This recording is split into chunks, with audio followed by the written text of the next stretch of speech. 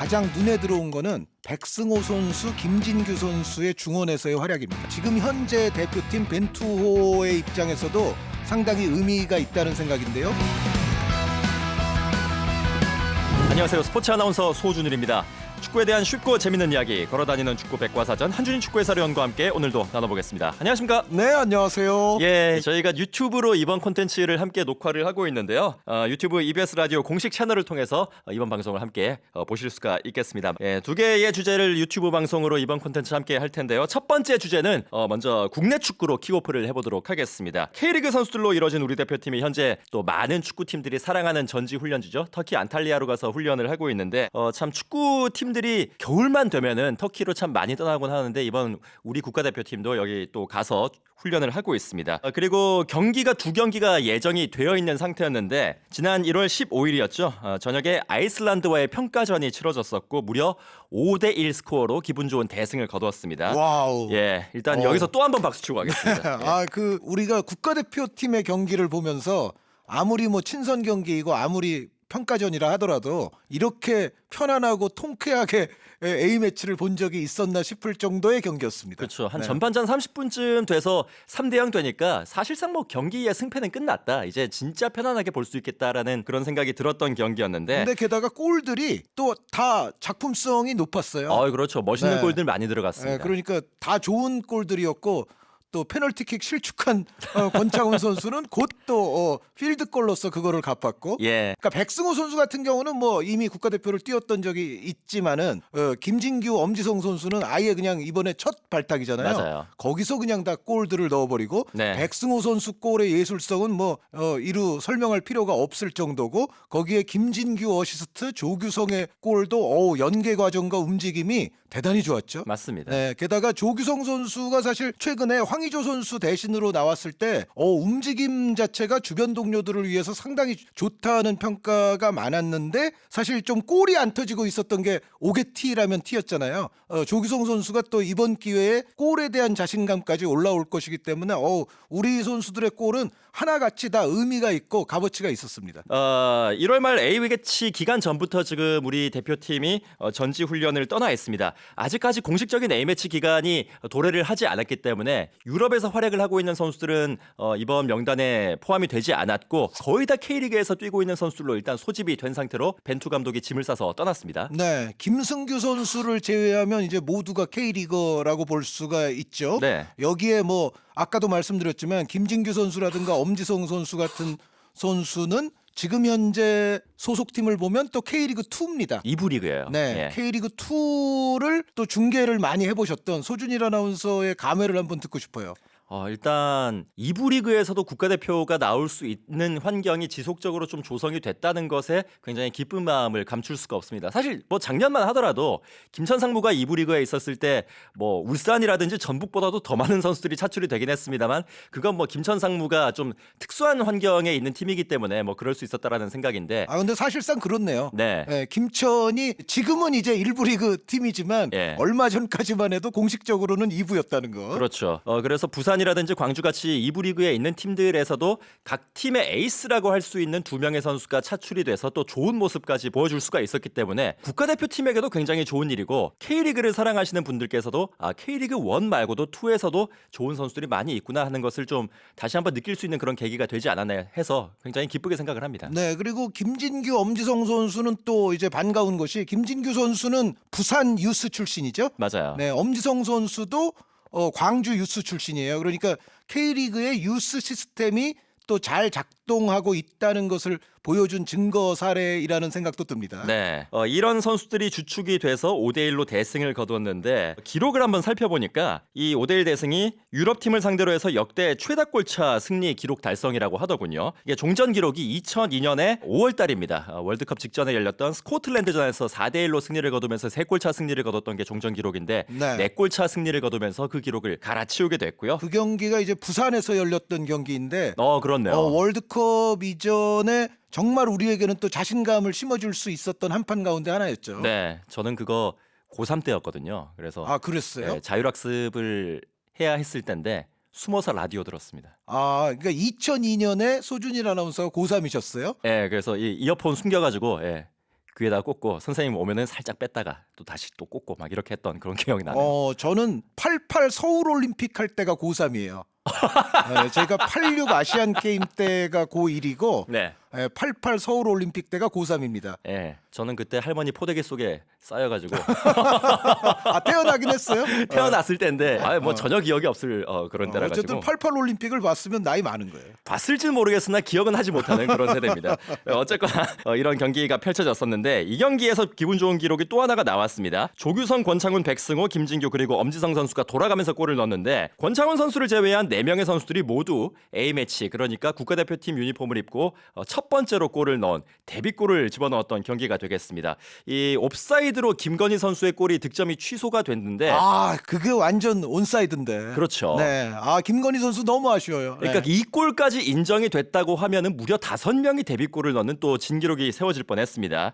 이 기록도 또 한국 국가대표팀의 최초 기록이라고 하는데요. 2000년 4월 5일에 아시안컵 예선 라오스전에서 설기현, 이천수, 심재원, 안효연 선수가 모두 데뷔골을 집어넣었던 그 경기가 있습니다. 하지만 그때는 올림픽 대표팀이 국가대표팀을 대신해서 아시안컵 예선에 나섰기 때문에 순수하게 A매치 국가대표팀이 나서서 한 경기에서 최다 데뷔골 기록은 이번 경기였다라고 KFA에서 공식적으로 또 발표를 했습니다. 네, 그런데 이제 KFA의 이제 취지는 알겠는데 요거는 제 생각에는 조금 더 설명은 필요한 것 같아요. 네. 뭐냐면 아시안컵 예선이었잖아요, 그 경기가. 그러니까 그 경기는 사실 FIFA에서 봤을 때는 A 매치였을 겁니다. 네. A 매치인데 이제 우리 입장에서 봤을 때는 우리는 A 팀이 나간 게 아니었다라는 취지죠. 그러니까 그냥 FIFA 기록상으로만 따지면 요 경기도 데뷔할 때 4명이 골 넣은 거는 맞을 거예요. 네, 공동 기록이 되는 거죠. 네, 그러니까 예. 사실 제 생각에는 공식으로는 A 매치였을 거거든요. 네. 그러니까 그거는 좀 구별을 해야 될 것 같아요. 네. 공동이냐 아니면 뭐 단독 1위냐 뭐 이 정도의 차이일 것 같은데 그래도 뭐 여러모로 참 의미가 있었던 경기였던 것 같습니다.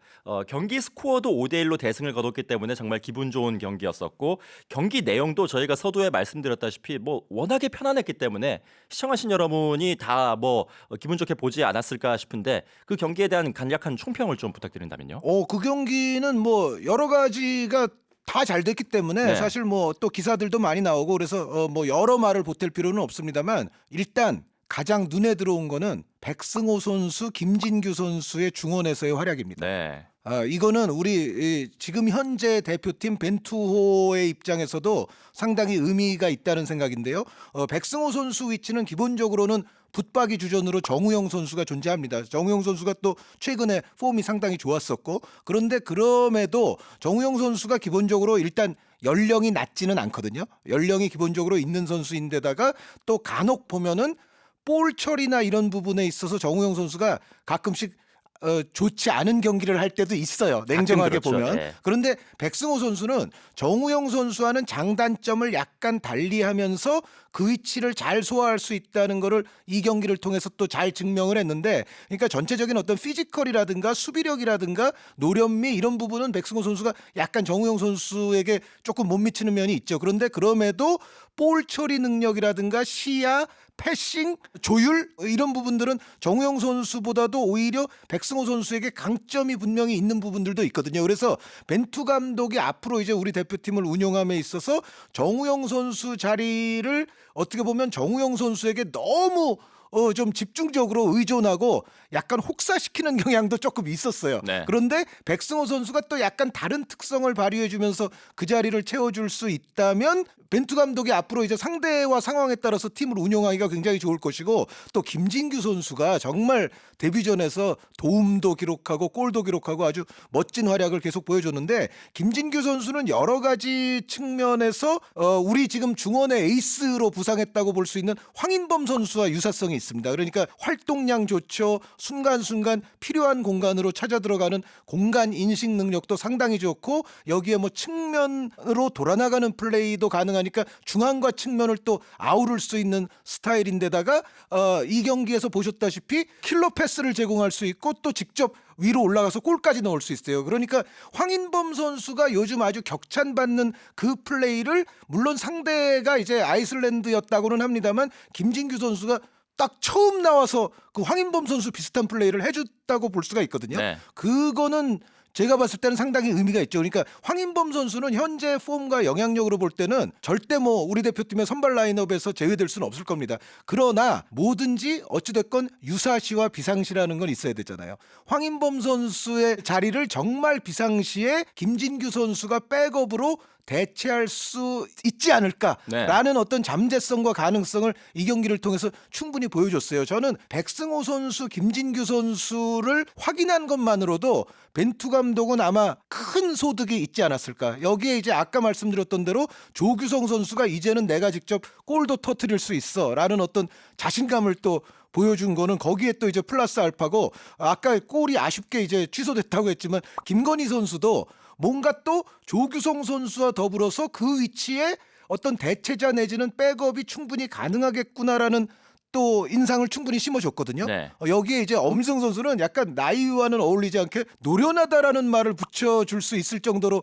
그런 좀 유형인데, 엄지성 선수의 또 성공적인 측면 자원으로서의 데뷔도 있었으니까 전체적으로 이제 우리 대표팀의 선수층을 한층 두텁게 해줄 수 있는 많은 것들이 이날 이루어졌다라고 저는 평가를 합니다. 뭐 사실 이번 당장 다가오는 A매치 기간만 보더라도 손흥민 선수라든지 황희찬 선수라든지 특히 공격 쪽에서 부상의 염려가 있는 선수들이 뭔가 합류가 불투명한 그런 상황. 그렇기 때문에 벤투 감독도 좀 우려를 표명을 했던 상황인데 뭐 그 선수들이 없다고 해서 우리가 경기를 안 할 수 있는 것도 아니고 대체 선수들을 발탁을 해서 플랜 B를 가동을 할 필요가 있는데, 한준희 해설위원의 말씀대로 다른 선수들이 좀 좋은 경기력을 많이 보여줬었기 때문에 다가올 A매치 그리고 더 다가올 다른 경기들에서도 좀 더 벤투 감독이 손에 들 수 있는 패가 많아졌다라는 그런 생각이 좀 들고 있습니다. 그렇죠. 그러니까 이전에 벤투 감독이 요즘만큼 엄청난 확신을 좀 심어주지 못한 시기도 좀 있었잖아요. 그렇죠. 좀 지난 일입니다만. 네. 그런데 그 당시에 이제 덜 좋았던 경기들을 돌이켜 보면 주력 선수들 일부에 공백이 발생했을 때, 그럴 때 사실은 벤투호가 경기력이 좀 안 좋아졌었어요. 그런데 제가 봤을 때 요즘 이제 벤투호가 일취월장하면서 점점 이제 폼이 올라오고 있지 않습니까? 여기에 이런 어떤 신예급 선수들까지도 이제는 한 몫을 해줄 수 있다. 이게 이제 플러스가 되면 벤투호의 지금 상승 곡선은 더더욱 아주 굳건해지지 않을까. 그러니까 네. 과거와 같이 주력 선수 몇 명 빠졌을 때 경기력이 확 좀 떨어지는 그런 상황이 앞으로는 빚어지지 않을 것이다라는 아주 희망 섞인 그런 전망을 해봅니다. 네, 뭐 이번 명단만 보더라도 사실 국가대표 유니폼을 입은 모습이 생소한 선수들도 상당히 많이 포함이 돼 있습니다. 고승범이라든지 김대원이라든지 김진규, 엄지성 그리고 성남의 최지묵 선수까지 5명은 아예 국가대표 소집 자체가 처음인 선수들, 거기에다가 조용욱 선수와 송범근 선수까지 더하면 A매치 경험이 없는 선수들이 7명이 포함이 돼 있었는데, 이 선수들이 뭐 모든 선수가 다 경기에 나와서 골을 넣는다든지 공격 포인트를 기록을 한 건 아닙니다만 어쨌거나 이 선수들이 뽑힌 이유를 스스로 좀 증명을 했던 그런 기분 좋은 한 판이었다라는 생각이 듭니다. 네, 이제 몰도바전이 한 번 더 남아 있지 않습니까? 그쵸. 네, 네. 몰도바전까지 했을 때는 지금 소준일 아나운서가 읊어주신 그 선수들, 뭐 조영욱 선수라든가 고승범 선수라든가 이러한 선수들도 충분히 조금 기회를 얻었으면 하는 바람이 있습니다. 네, 뭐 특히 그래도 이 선수들 중에서 가장 눈에 띄는 선수들은 저희가 누차 말씀드린 김진규와 엄지성이 아닐까 싶습니다. 뭐 2부 리그에 소속이 돼 있기도 하고, 그리고 이 선수들이 데뷔전에서 골을 넣었다라는 그런 특수성도 있는데, 뭐 항상 이런 경기들이 있으면은 당연히 따라오는 기대가 있습니다. 선수가 잘하면은 프로니까 몸값이 올라간다라는 그런 기대를 할 수가 있는데, 지금 또 마침 K리그의 이적 시장이 활발하게 이루어지고 있잖아요. 그렇기 때문에 뭔가 이 선수들의 활약을 바라보는 구단, 에이전트, 그리고 선수 본인의 마음까지 굉장히 훈훈해지는 그런 한 판이 아니었을까 싶습니다. 그런데 구단은 두 종류가 있죠. 이 선수를 현재 보유하고 있는 구단, 그리고 이 선수들을 노리고 있는 구단. 네. 근데 노리고 있는 구단 입장에서는 제 생각에는 이제 선수들이 더 잘하고 더 업그레이드가 되고 하면은 뭐 좋겠지만, 당장 이적료는 좀 올라갈 걱정을 해야 될지도 몰라요. 더 돈은 많이 써야죠. 네, 그러니까 예. 부산이나 광주 팬분들께는 죄송한 말씀이지만 분명히 노리고 있는 구단이 있거든요. 네. 근데 그 구단 입장에서는 제 생각에는 이 아이슬란드전을 통해서 지출해야 될 돈이 한 20억 정도는 더 써야 되지 않을까라는, 그러니까 연령도 어리고 하니까. 네, 그런 느낌이 있을 정도로 엄지성, 김진규 선수는 잘했습니다. 예. 네. 저희가 이 이야기를 드리는 이유가 이제 K리그 이야기로 넘어와서 이 이적 시장에 대한 이야기로 한번 좀 넘어가 볼까 해서 한번 빌드업을 해봤습니다. 역대 가장 빠른 2월 19일 개막을 K리그가 앞두고 있긴 합니다만 그래도 여전히 물밑에서 여러 가지 전력 보강을 위한 작업들이 이루어지고 있는 중입니다. 그리고 실제로 거래가 마무리된 작업들도 상당수가 있고요. 아직까지 이적 시장이 끝나진 않았습니다만 그래도 현재까지 완료된 이적 시장을 보면은 대략적으로 이제 다가올 올 시즌 K리그의 지각 변화를 한번 좀 예측을 해볼 수 있지 않을까라는 그런 생각이 듭니다. 그래서 지금부터는 2022 K리그 이적 시장을 통해서 바라보는 변화의 물결에 대해서도 한번 다뤄볼까 합니다. 유튜브